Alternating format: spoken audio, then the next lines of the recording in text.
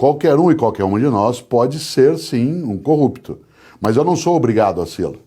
Não é porque o casamento está em crise no Ocidente que o meu tem que entrar em crise também. Não é um mecanismo de transferência automática. Machado de Assis lembrava algo que eu gosto de retomar e que eu uso até em algumas reflexões.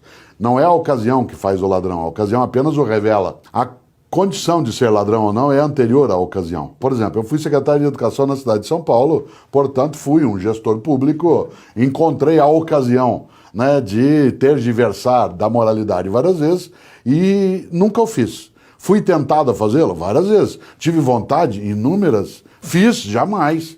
Por que não fiz? Porque eu não quis.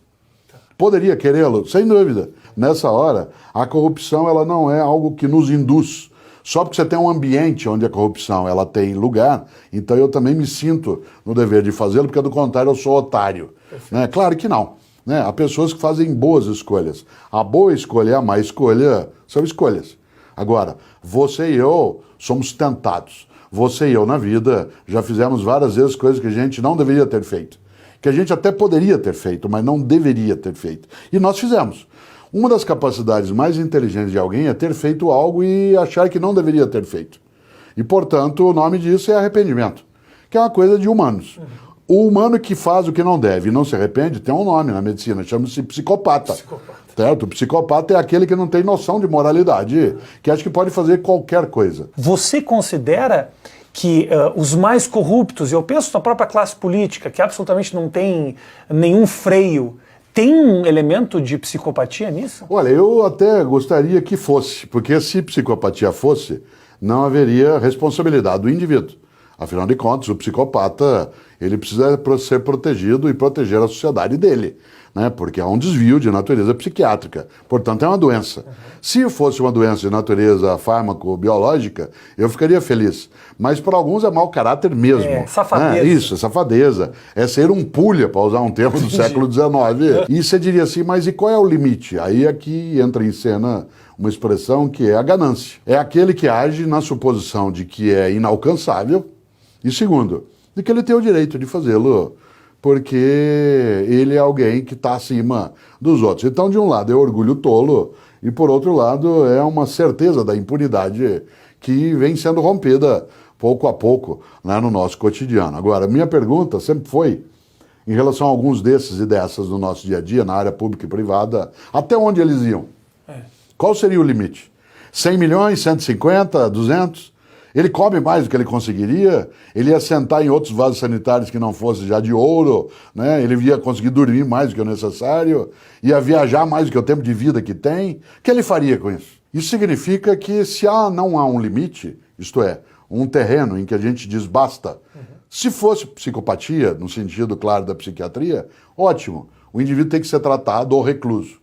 Nesse caso, é mera patifaria. Colocar no rol das doenças psiquiátricas é inocentar uma corja que a gente não deve.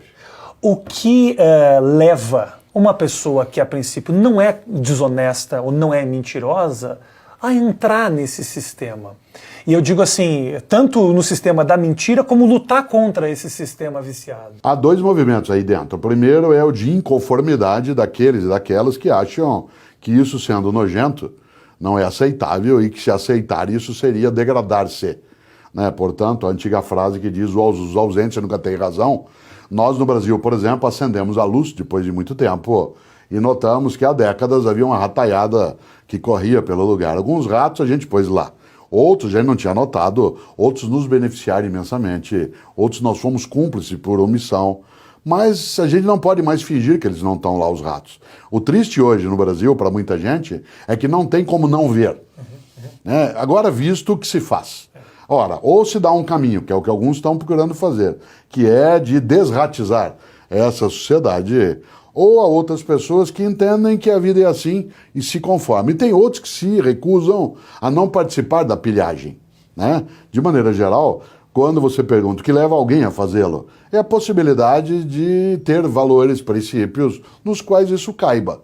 Né? Não há uma razão exclusiva que diga, bom, eu estou fazendo isso porque eu preciso alimentar meus filhos. Isso é diferente. Furto famélico, que é o que a lei define, é quando você o faz porque você não tem alternativa. Porque não tem leite em casa. Você não tem leite em casa. Agora, se você o tem, Não é um furto famélico. Nessa hora, o que leva alguém a fazê-lo?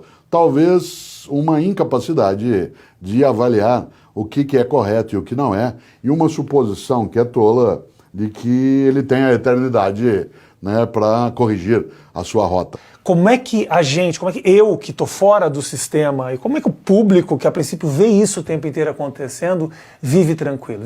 Uma pessoa que for, por exemplo, continuamente feliz, ela é tonta, ela não é feliz. A felicidade no estado permanente, ou ele está drogado, né, ou está ébrio, ou está iludido. Né? A felicidade, ela é uma ocorrência eventual. Há momentos que, como você e eu, quero me desconectar. Eu não quero ver naqueles dias, mas eu também não posso não ver. Eu não posso fingir que a realidade que está à minha volta não está conectada a mim. Nesta hora, é necessário lembrar alguma coisa que alguns dizem, né? Há pessoas, por exemplo, que nunca vão a uma reunião de condomínio num prédio. Dizem, eu não vou lá, sabe por quê? É só uma discussão, uma brigaiada, então eu não quero participar. Já participou.